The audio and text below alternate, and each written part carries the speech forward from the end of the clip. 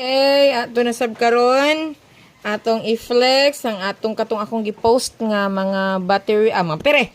Sorry, gi-post nga mga kanang cable wire or cable para sa kanang charger cable charger.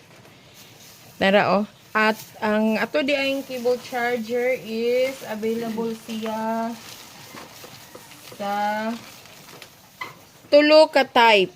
Sa ako nang giingon atong gi-video nako sa black is tulo ka type. Oh, available na to ang blue. Tulo ni siya ka type USB, micro USB, type C and iOS for iPhones. Dayon ang atong kuan. Kani siya orange. O nara tulo gini siya ha tulo. Nara tulo. Kani mo siya may ibutang sa adapter.